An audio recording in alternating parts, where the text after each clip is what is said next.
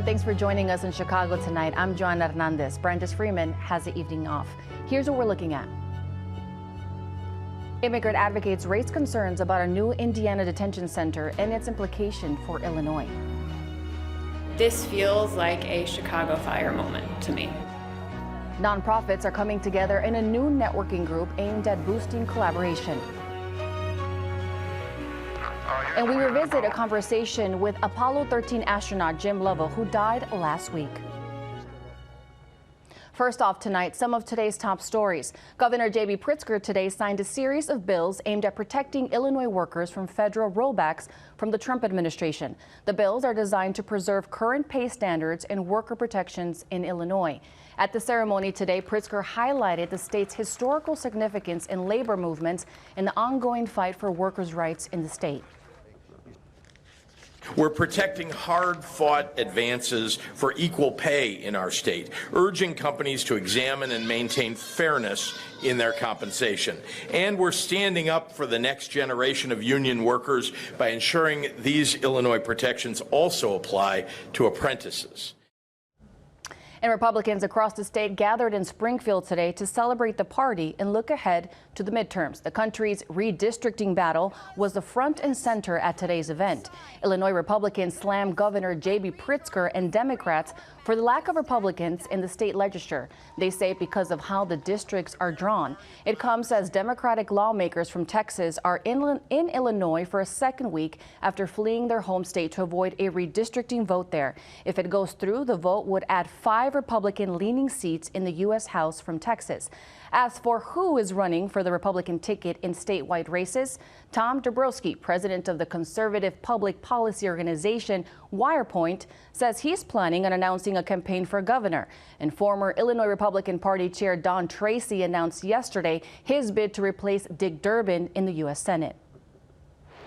Chicago's annual Air and Water Show is taking to the skies this weekend, but not before a little rehearsal. If you haven't heard them already, the U.S. Air Force Thunderbirds have been practicing today, flying through the city in preparation for this weekend. We caught a glimpse of the flight teams as they rehearsed for the event, which attracts more than 1 million spectators each year. The free show will take place on North Avenue Beach and along the lakefront on Saturday and Sunday, starting at 10:30 a.m. For more events happening in the Chicago area this weekend, check out our website for our summer festival guide. Up next, why a new ICE detention center set to open in Indiana is raising concerns for undocumented residents in Illinois. That's right after this. Chicago Tonight is made possible in part by the Alexandra and John Nichols family, the Polk Brothers Foundation, and the support of these donors.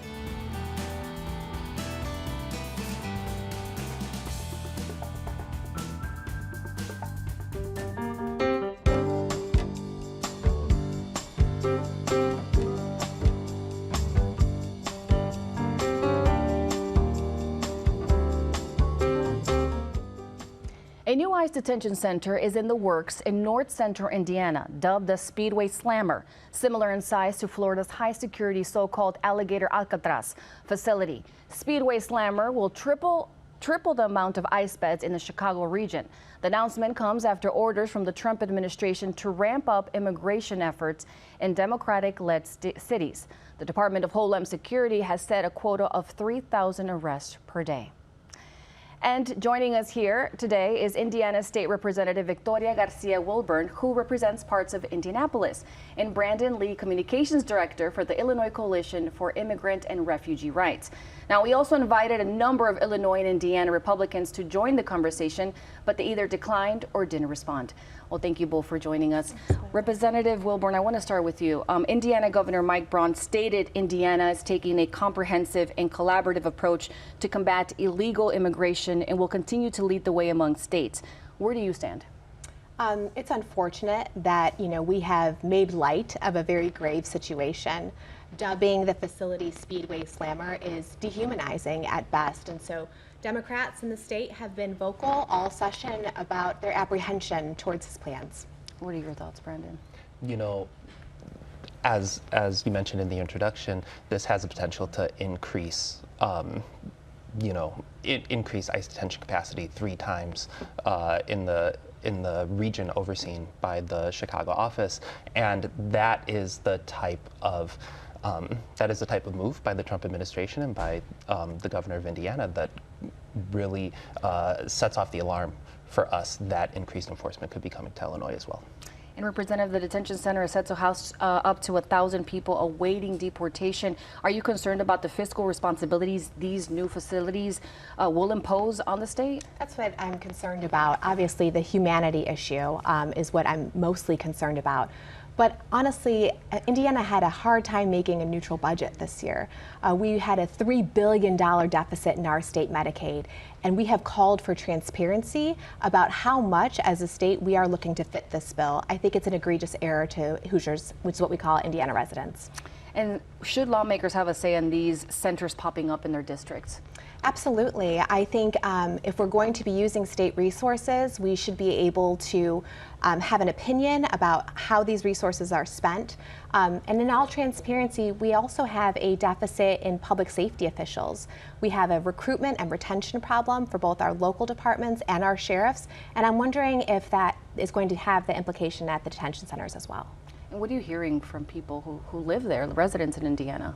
Yeah, I think there's apprehension. Protests have started. I have heard from my constituents directly that they don't want their law enforcement officers. We've asked our law enforcement officers to do multiple things in Indiana, everything from mental health, ambulance runs, to obviously fighting crime, in addition to being in our local schools. And now we're asking them to do another thing. Our citizens see that our law enforcement is stretched very thin, and this is a federal issue, and we need to make sure that there are federal resources that are being allocated to this, but unfortunately there's not been a lot of transparency. And Brandon, members of ICER have been active in traveling from Illinois to Indiana detention centers in the past. What would you say they have observed and reported? Yeah, so, you know, in Illinois we have supported state legislation that has prevented the opening of additional ICE detention centers within our state. We have also had members, individual leaders, faith leaders, who have taken up the call to speak out against ICE detention in Indiana and elsewhere in the Midwest. Truthfully, it has been conditions in ICE detention centers have been an ongoing concern for immigrant rights advocates for many, many years across multiple administrations. And now, the Trump administration is trying to stand up additional detention centers, seemingly overnight, to house thousands of people with no oversight from the federal government or from representatives who aren't even being allowed to view the detention centers. And Brandon, would you say that let's just say people who have been residents here of Chicago, who've lived here and called Chicago home for decades and are undocumented, should they be worried? I think that the worry is brought on by the Trump administration creating this atmosphere of fear and by ICE having seemingly no oversight and no accountability as they come into Chicago and the suburbs and everywhere across the country. So I think that the best defense against Trump and the best way to sort of overcome that feeling of fear is to build community, to be organized, to know your rights, to look out for your neighbors, and to know the resources that are available within your community and within your state. Representative, what are your thoughts on what Brandon is saying? Yeah, I absolutely agree. And I'm so thankful for the strong coalitions that do exist here in Illinois. We in Indiana really don't want to make another negative headline. And unfortunately, with Governor Braun at the helm, it's really difficult to stay out of national headlines for all the wrong reasons. And so there are several immigrant groups that are, mobilizing in Indiana as well. The irony is that one of the detention centers was a former welcome center for Afghan refugees. And we have come so far in that time. I mean, it's almost a cruel joke to now see it being used as a detention center. And how many members would you say of your community have been responding to the presence of ICE agents? In a negative way, I would say that, there are people wanting to create and continue to create a sense of community and mobilization. And so I think that they have been more vocal, they have been more present, and they're demanding lawmakers to pay attention. And talking about is there any legislative action that can help detainees in the facility? Yes, we are working very hard to think about a bipartisan approach to humanity. And so my caucus will surely be working towards next session towards authoring a bill to make sure that human rights are maintained. And let's talk about agriculture. As we know, mass deportation efforts have caused a significant impact on the agriculture industry. What have you seen in your district? Absolutely. I mean, make no mistake about it, Indiana is a high agricultural state that houses migrant seasonal farm workers. Now, the word migrant does not mean illegal. There are several migrant farm workers from states like Texas and Colorado that choose to farm, that are American citizens, that we have seen cases in California, them being swept up in this process and wrongfully detained. Do you plan to offer any protections for these immigrant workers? I'm currently meeting with interested farm groups and we'll be thinking about some creative legislation to make sure that their rights are preserved. Why are you so passionate about this? I come from a migrant farm worker family, so my father used to always say that they didn't cross the border crossed them. Generations of Americans. My parents grew up very poor. My mother actually farmed the tomato fields of Indiana. And so the irony isn't lost on me that I am proud to serve in the state legislature, seemingly the highest seat of government. That's why I'm so passionate about it, for stories like my mother's. And Brandon, what would like to see from legislative leaders as deportation efforts continue? Yeah, so, we're very pleased that a federal court recently upheld the state and local welcoming laws that immigrant community members and allies have fought for over the course of years. That's the Illinois Trust Act, the Chicago Welcoming City Ordinance, and the Cook County detainer policy. And what we are hoping for is to strengthen those policies, including the Trust Act. We recently passed a piece of legislation called the Safe Schools Act that we're hoping the governor signs soon as well. Well, thank you both for joining us. Up next, we tell you about a new networking group working to strengthen nonprofits.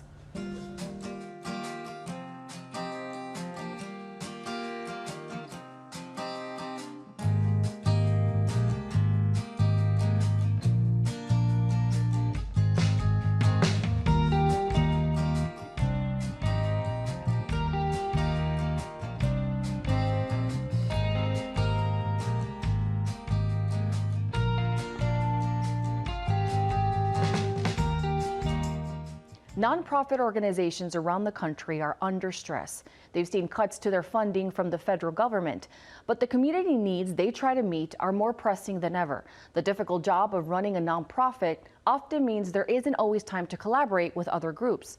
The new networking organization, Chicago Nonprofit Connect, aims to help local organizations break out of their silos and find ways to make the work they do more effective and sustainable. Nick Blomberg has a story. What do you think about that comforter? On a recent morning at Digs with Dignity, workers were combing through their 10,000 square foot warehouse of donated items, getting ready to help families exiting homelessness furnish and decorate their new space. Oftentimes we come into our families' homes and they're sleeping on the floor. They maybe have one bed, one air mattress that the whole family is sleeping on, and that's about it. Digs with Dignity partners with social service agencies, meeting with their clients to learn what they need and what they want. The best thing for us to hear is, oh my gosh, you listened to me. You asked me what color I liked, and that's the color that's splashed all over my apartment. And, my kid loves Spider-Man, and you delivered. That one's done. It's not just collaborating with social service agencies. In the past, Digs with Dignity has partnered with organizations with similar missions, like the Chicago Furniture Bank, on volunteer exchanges or swapping needed items. To be able to come together and unite as nonprofits instead of, competing against each other, because we're not out here to do that. Those sorts of collaborations among nonprofits may sound like a natural fit, but there isn't always a formal way to make them happen. We're all doing super important work, and a lot of us are strapped for time, strapped for resources, and maybe we just don't have the time or ability to connect with other people. Josie Flanagan's day job is with the Honeycomb Project, which connects families with volunteer opportunities. Earlier this year, she put that networking mindset to use by co-founding Chicago Nonprofit Connect, bringing together people from an array of organizations, online and in person, to share expertise and learn how they might work together. shouting at their events at their organization. What sort of fundraising platform or research platform do they use? Collaborations between organizations getting to know each other. What we've been hearing again and again from folks in this network is they really appreciate the positivity, because there's so much doom and gloom these days, and this is a space where we can kind of take the time to come together and work through these problems collectively. Christina Lowenstein is co-founder and executive director of the Honeycomb Project, which hosted a recent breakfast event. We have been working with, now 50 different organizations across the city on a regular basis. And so for us to be some part of facilitating deeper connection between all of these great organizations, and I think is so important. This feels like a Chicago fire moment to me. Longtime nonprofit leader Brooke McKean says moments of crisis create an opportunity for organizations to rethink how they operate, incentivizing collaboration rather than competing for limited resources or duplicating efforts. They're focused on serving their mission and the people that they serve as a part of that mission, and meeting the needs of funders and philanthropy. And when you're on this hamster wheel of the starvation cycle, you don't have time to look up and think, oh, maybe we should work together on this. I see some really positive relationships forming already, so I would love to see this become something that's long-term and sustainable. For Chicago Tonight, I'm Nick Blumberg. Since launching earlier this year, Chicago nonprofit Connect says it now has hundreds of members across Slack and LinkedIn, with about 350 different organizations represented. We got more information on our website. Up next, we revisit our conversation with legendary astronaut and Lake Forest resident Jim Lovell, who died last week.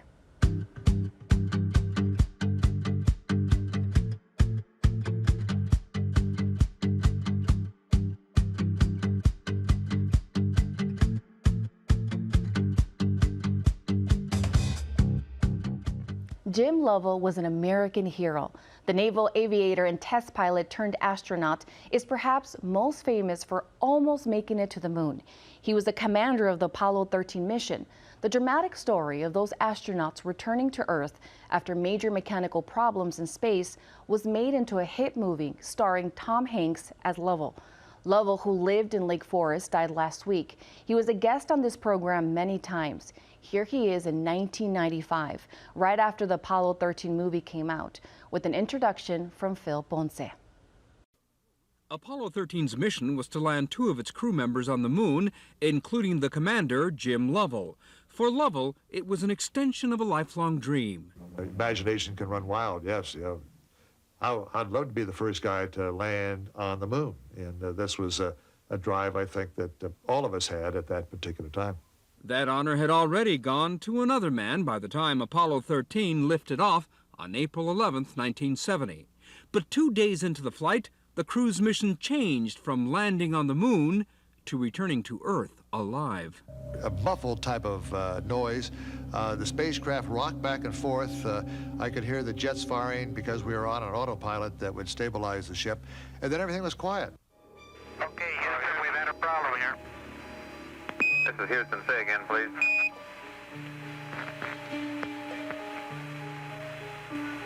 Houston, we've had a problem. The problem was caused when an electrical short circuit caused a fire in an oxygen tank. The tank exploded, damaging key systems and causing the loss of oxygen, power, and the ability to maneuver. Without the electrical power, the command module was dead. Without the electrical power and without oxygen, the crew were dead. That's how we were. We were on the point of losing everybody and everything. This was the point in Apollo 13 that is the dramatic centerpiece of the movie by the same name, starring Tom Hanks as Jim Lovell. By all reports, the movie is a faithful account of the real events chronicled in a book Lovell co-authored. The book and the movie underscore not just the resolve of the men in the capsule, but of the people at Mission Control. I want this marked all the way back to Earth with time to spare.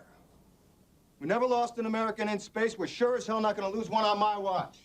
The crew left the command module Odyssey and used the lunar module Aquarius as a lifeboat. For 3 harrowing days, the crew overcame bitter cold, navigational problems, and a buildup of deadly carbon dioxide. Just before the re-entry, the crew returned to the command module and jettisoned Aquarius. Farewell, Aquarius, and we thank you. She sure was a good ship.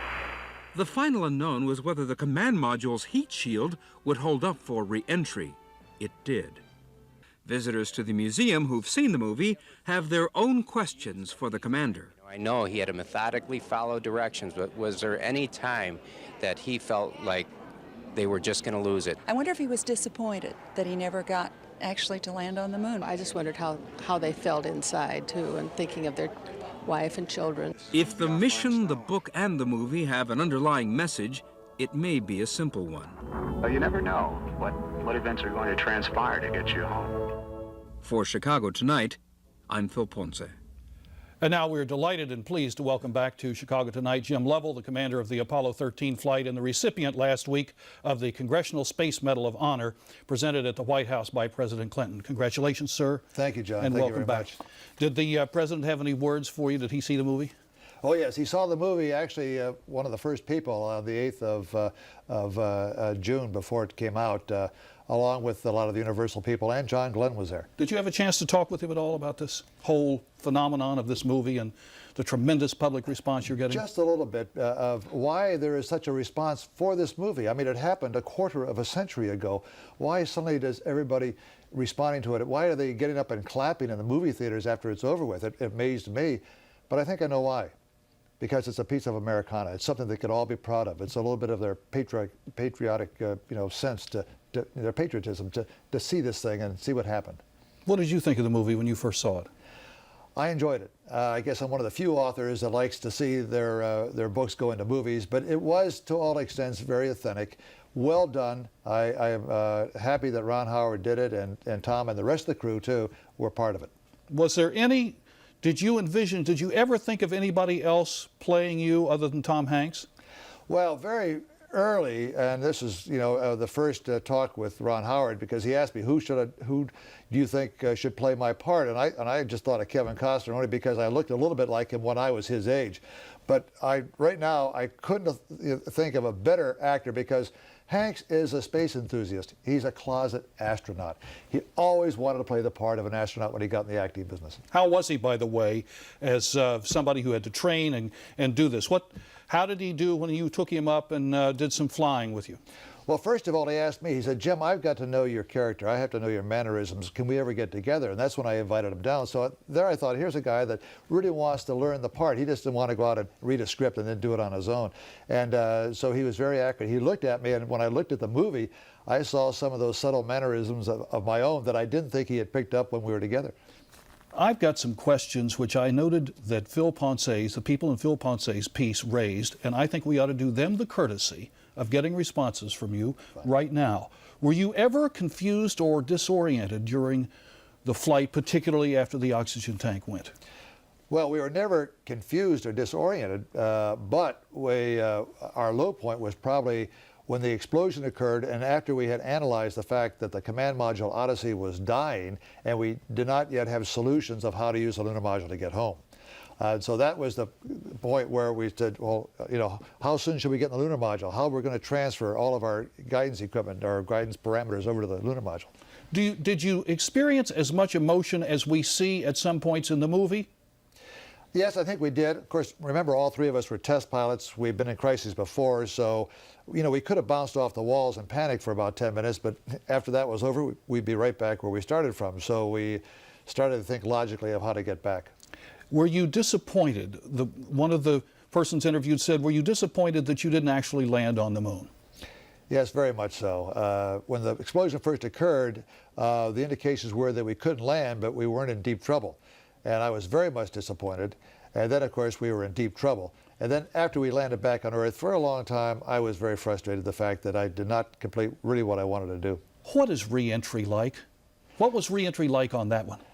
Actually, it was the same as Apollo 8. You come on in, you look outside, everything is zero gravity, it's all black velvet sky out there, and suddenly you start to hit the atmosphere, and the dark black sky starts to turn into a very, very pale blue, and then starts to get to a light pink. You start to get pressed back into the couch. The G loads, the weight goes up and up, and finally it hits 6 Gs, 6 times your own weight. And then everything is white outside because all the flames are going by the spacecraft, and you're just anchored back in the seat. And then it dies down a little bit, and you keep on about 3 times your own weight, 3 Gs for a long time. And finally, things slow down, and then the automatic systems start to pop, the drogues come out, and then the mains, and then you breathe a sigh of relief. But on Apollo 13, with all of the problems of having enough energy, and was the trajectory right, when you went into that one, did you have a I'm about to meet my maker moment? Well, that's true. We did everything we could to get home. We didn't know whether the heat shield was cracked. If it was cracked, that would be all she wrote because we'd have burned up. We didn't know whether the parachutes would come out because the pyrotechnics that would fire them out had been cold soaked for 4 days. But you have to trust in fate, and we just said, let's see what happens. Did you pray? Yes, I think silently we all did. And we, of course, as the movie predicted, we said it's been a great flight, guys, and let's hope we can get through it.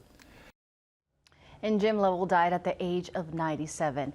And what a life he seemed to have to be able to go to space. That's pretty amazing.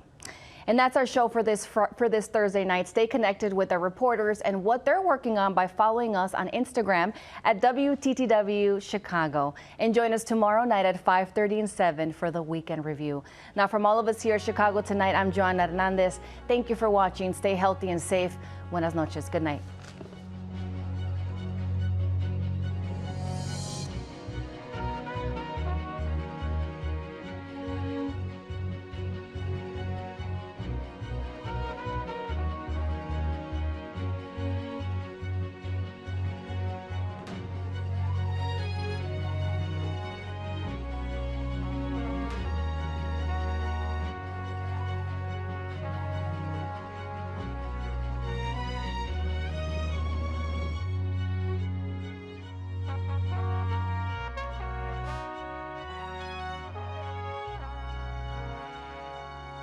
Closed captioning is made possible by Robert A. Clifford and Clifford Law Offices, a Chicago personal injury and wrongful death firm that contributes to public safety policy and guidelines.